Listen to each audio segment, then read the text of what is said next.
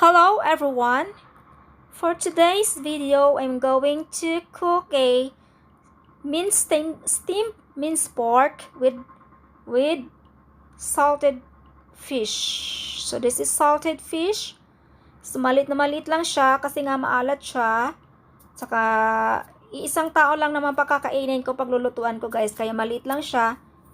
Yan. So kailangan din yung hugasang mabuti ang salted fish guys. Kasi yun nga, medyo may mga amoy na hindi maganda, maalat pa siya. Sa palengke, parang nilalagay lang yan ng open talaga. So, yeah, clean it thoroughly, wash it thoroughly. So, I have a salt guys. I'm just going to use a salt to taste this, to cook the steamed minced pork. And then, brown sugar, any sugar you can use. Excuse me. Then, haluin natin mabuti. So, haluin lang natin. Nakalimutan ko kasi bumili ng light soy sauce, guys, kasi kaya asin lang yung ginagamit ko. Tapos, lagyan natin konting cooking oil para hindi naman siya dry. Then, haluin ulit. Konting-konti lang cooking oil ang ilagay, guys, ha. So, haluin lang nating mabuti.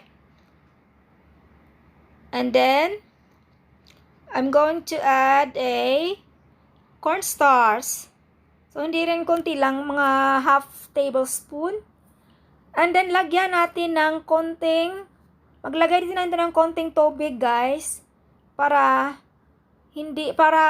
malambot tingnan, maganda tingnan yung pagkaluto ng minced pork.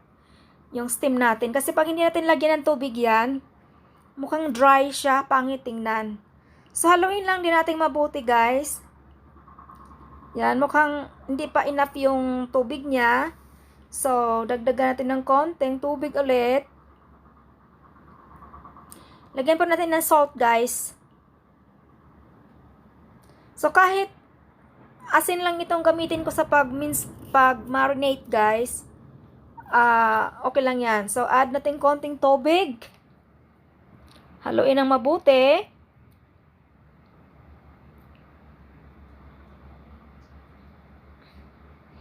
Kailangan lang mahalo yung lahat ng ingredients para talaga ma-absorb yung lasa niya. So, ito na guys, nilagay ko na yung salted fish. Akala ko na-on yung camera, hindi pala yung video, hindi pala. So, yan guys, lagyan natin ng maraming luya para mawala din yung lansa ng isda, yung salted fish, siyempre yung karne. Kaya yan, maglagay tayo ng luya. Maglagay din tayo nitong, ayan, ang nangyari sa lalamunan ko.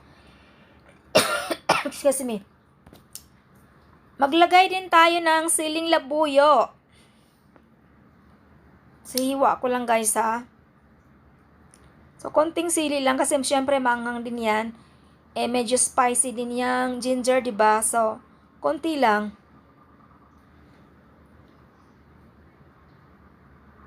So, yan. Marinate ko muna to guys ng mga 15 minutes. Tapos, mamaya na natin lulutuin. So, ito guys. At kapag pakulo na ako ng tubig, ilagay natin yung steaming rocks. And then, ipatong natin yung ating steaming plate. Takpan. Then takpan ulit. So, marinate natin ito guys. Lulutuin natin ito guys ng mga 30 minutes. So, ngayon guys, ito naka 30 minutes na ako. Titingnan natin. Ang hirap tanggalin ito. Okay, yan. Ayan na siya guys. Yan ang finished product ng aking steamed minced pork. Tikman natin.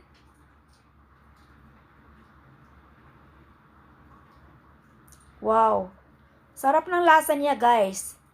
Masarap talaga pag may salted fish. Masarap din yung salted fish na yan, guys. Kaso, hindi lang ako pwede niyan.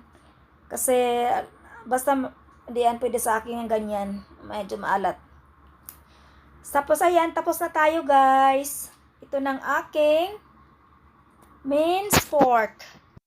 So thank you for watching, guys. Have a nice day. God bless.